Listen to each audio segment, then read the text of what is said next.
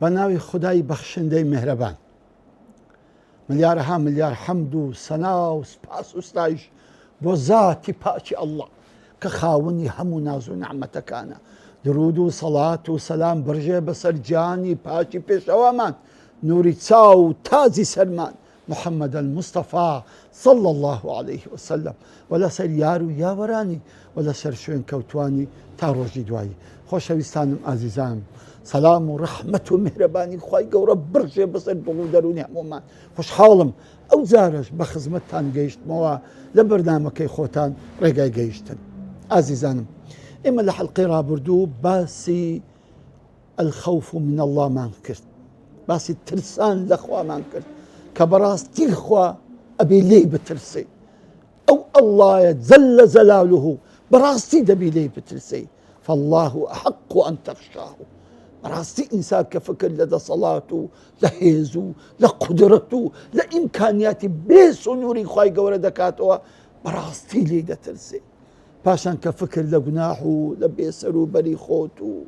لە کەم تەرخەمی خۆت و لە بێغەمی خۆت دەکەیەوە بەڕاستی دیسان ترسێکی تر غاڵب دەبی لەسەر دڵ و دەروونمان.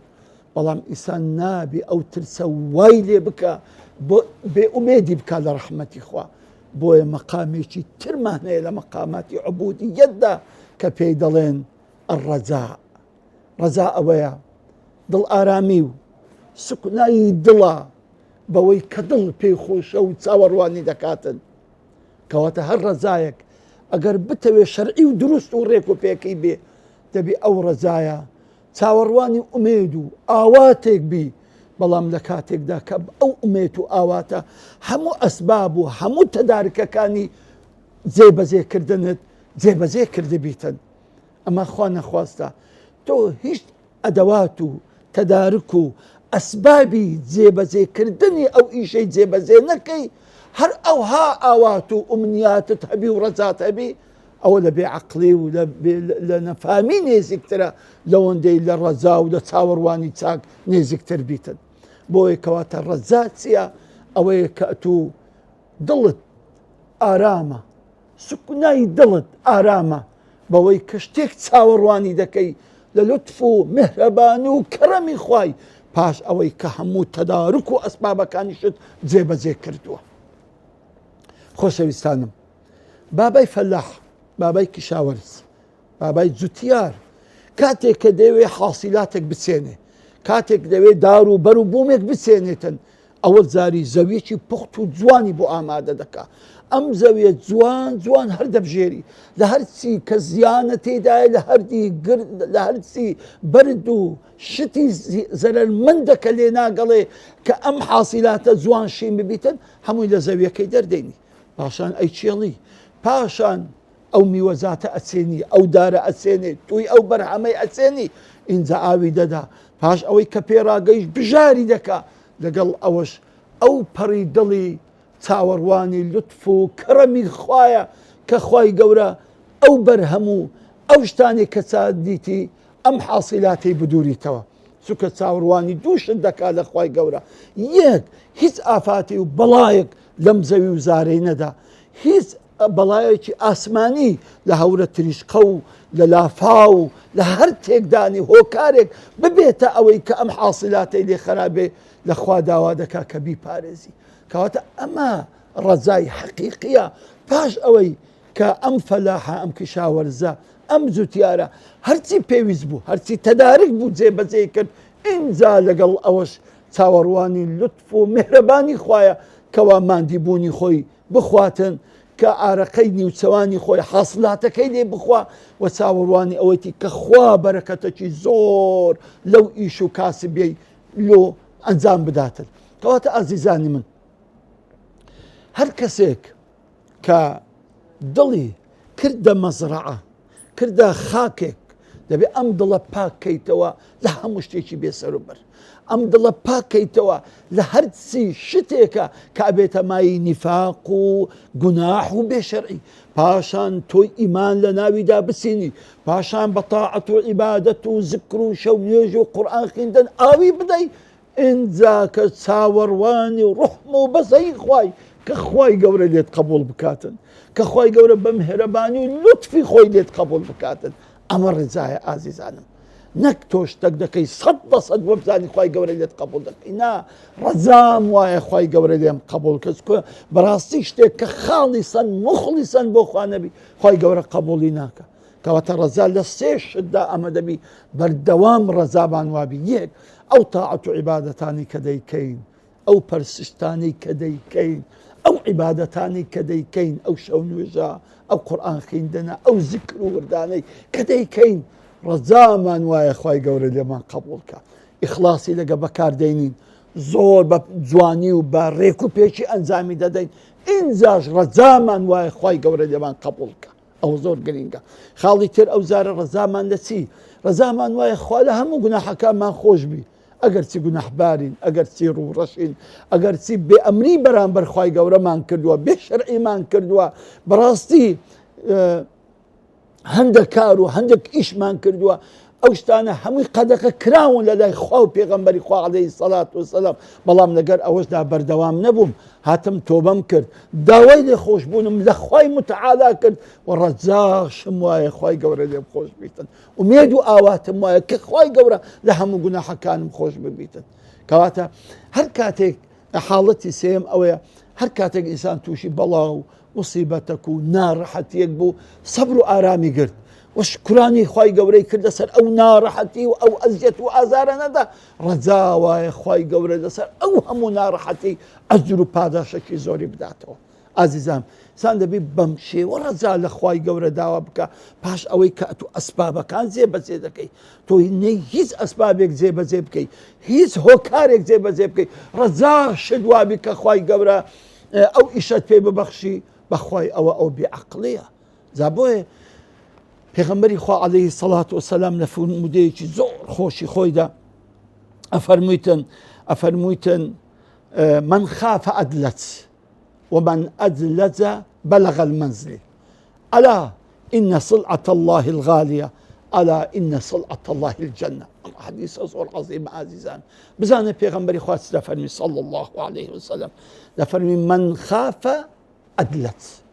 أو الترسا زوب الردكبي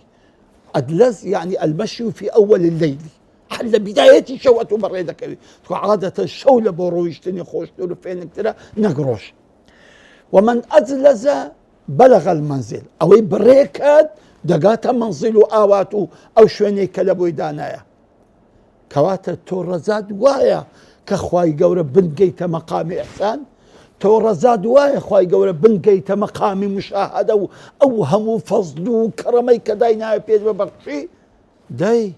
دس بيبكا ده همت بکە دەی یەڵە هەستە قۆناغەکان ببڕە ئەوە زاری دڵی خۆت پاکەوە پاشان وەرە تەسکیەیەکی جوان بکە وەرە ئەسبابی نێزیک بوونەوە لە خوای گەورە جێبەجێ بکە حتمما تۆ دەگەیتێ ئەلا ئین صلعة الله غالیە پێغەمبەر دەفەرمی بزانن کەوا کاڵای خودای گەورە زۆر گرانە کاڵای خوای گەورە بەهەشتە ئازیزانم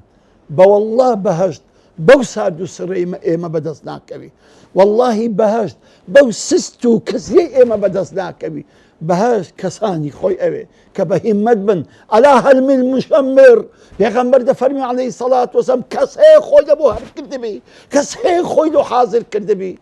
ئەگەر تۆ تاڵیبی بەهەشتی دێ وەرە عەمەلی ئەهلی بەهەشت بکە تۆ تاڵیبی بەهەشتی وەرە وەکو پێغەمبەری خوا عەلەیهی سەڵات وسەلام چ ئەمرت پێ دەکا خودای متعالە چ ئەمرت پێ دەکا جێبەجێ بکە دێ ئەوەی کرد بەهەشتت دەوێ دەبی دوورکەوێ لە ئەهلی عیسیان دوورکەیوە لە مەعسیەت و خراپەکاری دڵت پاکەی ڕوحت پاکەی کردەوەکانت جوانکەی ئینجا تۆ تاڵیبی بەهەشتی تۆ دانیشتی یەک کردەوە ناکەی بە تەمای فردەوسی عەلای ئەمە چ بێعەقڵیەکە ئەمە چ خۆ هەرخەرەتاندنێکە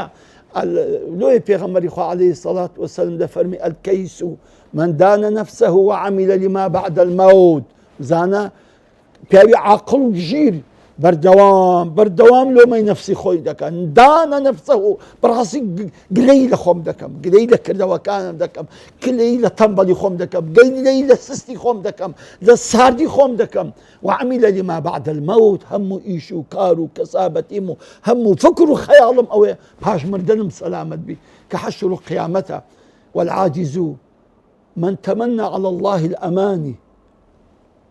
كسي بعقلش كسي بيد صلاته تنبلو توزلش أويا كالأخوي قورة زوجتي قورة لي دوي فردوسي أعلاي دوي لقل أصحابي ياراني دوي بلام يذكر دوي تشناكا كشايستي أم مرتبة أو مقام بيتا كواتر رزاء أويا براستي إيما أقر أهلي بهاش دماني أهلي بهاش بين رزاء منوايا بياني ببين أهلي بهاش والرولة بيغمبري خوابكين عليه الصلاة والسلام بدستي أو مباركة أو بخوينوا دباش تيك بكين كبيغمبري خواب مع الناس عليه الصلاة والسلام دباش تيك بكين كبيغمبري خواب لدورة بزر دخنوا استقبال ما بكاتن كسيك كدوي خواب لأقري زهنمي ببارزي دبي أقاشي لخوبي كردوي أهلي زهنم نكا براسي دبي إما أوشتانا نكين كأهلي زهنم أنزامي ددن أوشتانا نكين كخواي قورا بليني داوة هركسك أمكارانا بكت زهنم زيتي براسي أما تصير الزاية كتو همو كرده ومان كرده ويتزهنم يانا داوز لخواي دكين كوخواي قور بمان باتا فردوسي على ده زازي زانم براستي بزان خواي قور تصون باسي رزاي أصحاب دكا دفرميتن أعوذ بالله من الشيطان الرجيم إن الذين آمنوا وهاجروا وجاهدوا في سبيل الله أولئك يرجون رحمة الله والله غفور رحيم سبحان الله إن الذين آمنوا إيمان يعني هنا وهاجروا هجرة ينكر وجاهدوا جهاد ينكر لبيدا إخوة أولئك يرجون رحمة الله أوانا رضي رحمة إخوان أوانا لو إيمان يعني هنا هجرة ينكر جهاد ينكر أوانا مستحقا كوابراستي رحموا بزي خواي قوريان بسدا بيت أخواري والله غفور رحيم كاتك خواي قورا لخوش بو رحيم يشا عزيزانم قرد تويت توج وكو أصحاب لفرموا هسته هزرت بك لقناح دورك ولا قناح شوين يقناح كاران بزيبيرا هكسك هزرت نكا لخرافة لو باشا لقناح كردن لبو التوبة لشوين خراب بو مزقود لكسي خراب بو لاي محمد المصطفى عليه الصلاة والسلام براسي أو نتصاورواني رحمتي خواهي قورا نكاتن سنك إن رحمة الله قريب من المحسنين رحمتي خواني زيك لشيء لمحسنان لساككاران بهمو معنى يتساككوا لا براسي عزيزان إما أقردت ما نوي رزاي خوا رزامان وبي كخواي قورا برحمان بيبكا اللي ما خوش بي عفو ما بكا بمان بارزي دعاء من قبولك دبي همو تداركو أسباب كاني أو إيشاني كده أنزامي دين زي بزيبكي آخر شدلم زور زارن كابرا دعادك إخوة بهشتم قسمتك إخوة فردوس على ذنبي بس تمشايك خود بك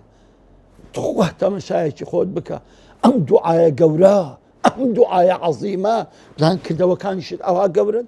كده وكان شايستي أويك أو دعايا دكي كداوا لخواي قورا دكي شتي قورا بدات إيه آياتو شتي قورا أنزام ددي يعني شتي بتسوق سانك شتي قورا يكرد داوشتي قورا دكا بلا بشتي بتسوتيش بكي داوشتي قورا بكا زابوي عزيزانم براستي رزاء ويبا شيطان هلمان نخلتيني حدا بنيشن لزي خومان رزا ما وبي خوالي ما خوش بي خو عفو ما مكا خو درك خير ما لبكاتوا خو دعاء ما قبولك خو لك اصحابو ياران حشرمك راستا بلام دبيب براستي تداركو اسبابه كاركاني ام رزاي زيبكي